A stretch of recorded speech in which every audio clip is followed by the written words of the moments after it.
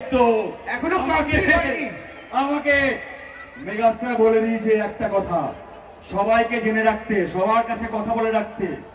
26শে September Raghu ডাকাত release হচ্ছে, সবাই আসবে তো দেখতে, আসবে তো দেখতে। আর যে আসবে না তাকে আমি চ্যালেঞ্জ ছুড়ে দিলাম, তার মন না মানলেও, তার পরাণ জ্বলিয়ে গেলেও আমি কিন্তু ফ্লাইটে চেপে ককপিটে বসে 2 পৃথিবী ঘুরে খাদান টপকে তোমাদের কাছে গিয়ে আমি অ্যামাজন অভিযান করিয়ে প্রয়োজন পড়লে তোমাদের কাছের মানুষকে নিয়ে রঘু ডাকাত দেখাবো। রঘু ডাকাত, শুধু রঘু ডাকাত।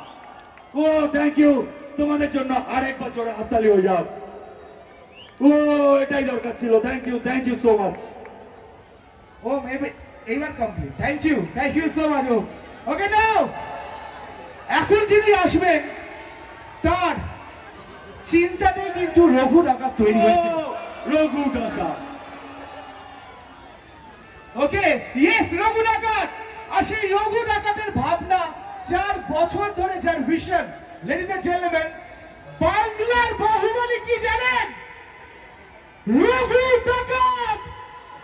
ওদের বাহুবলী আছে, আমাদের কি আছে? আরো জোরে, আরো জোরে।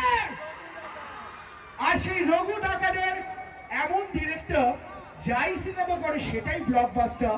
বাট দিস রঘু ডাকাতকে আপনাদের বানাতে হবে দ্য বিগেস্ট ব্লকবাস্টার।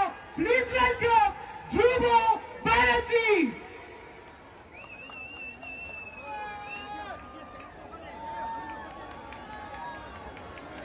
বহরমপুর অনেক নমস্কার, অনেক ভালোবাসা নেবেন।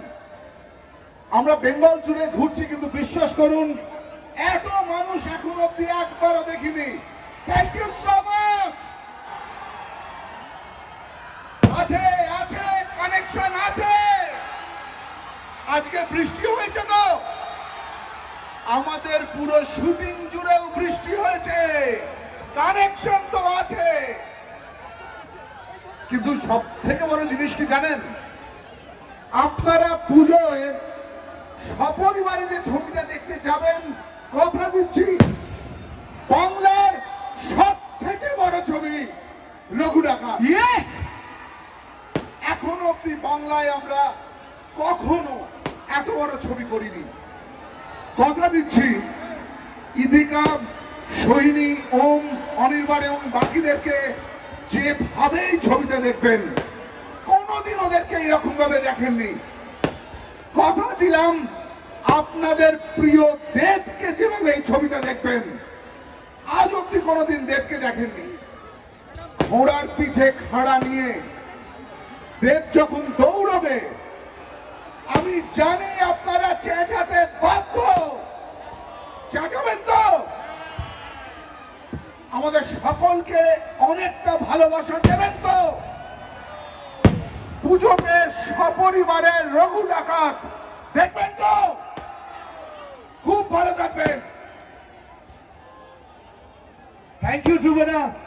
আচ্ছা, ধ্রুবদা কিন্তু বলে দিয়েছে যে বাংলার সব থেকে বড় সিনেমা সেটা কিন্তু হতে চলেছে কি? আরো জোরে, আরো জোরে। Thank you so much. আর এখন আমি না কিছু কথা আপনাদের সকলের সাথে বলতে চাই যে দেবদার কত বছর হলো ইন্ডাস্ট্রিতে আপনারা জানেন? কত বছর? কত বছর? একটা তার জন্য একটু জোরে হাততালি for completing 20 glorious years in the industry. আর এই 20 বছরে দেবদা শুধু ভালো সিনেমাই দেয়নি, প্রচুর নতুন আর্টিস্টদেরও তুলে ধরেছে আপনাদের কাছে। এবং সেরকমই একটি আর্টিস্টের এখন আসবে, তিনি একটা মিউজিক কম্পোজার, যার আপনাদের ফেভারিট গান কিন্তু উনি বানিয়েছেন। খাদান, কিশমিশ, বাঘা যতীন, আর এখন রঘু ডাকাত।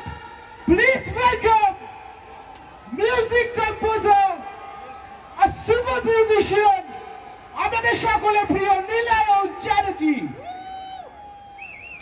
কেমন আছো বহরমপুর?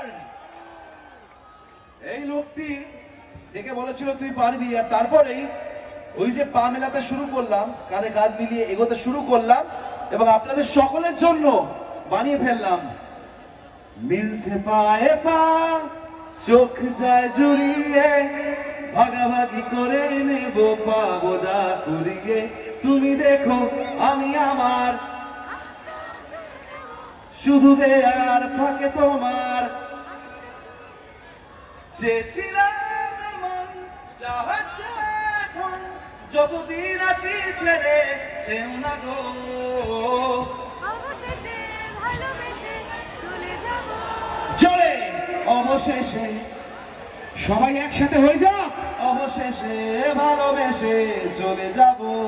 ওই পথ যাত্রা আমার শুরু, আর সেখান থেকে আজ আমরা দাঁড়িয়ে আছি বাংলার সব থেকে বড় ছবি, যার নাম রঘু।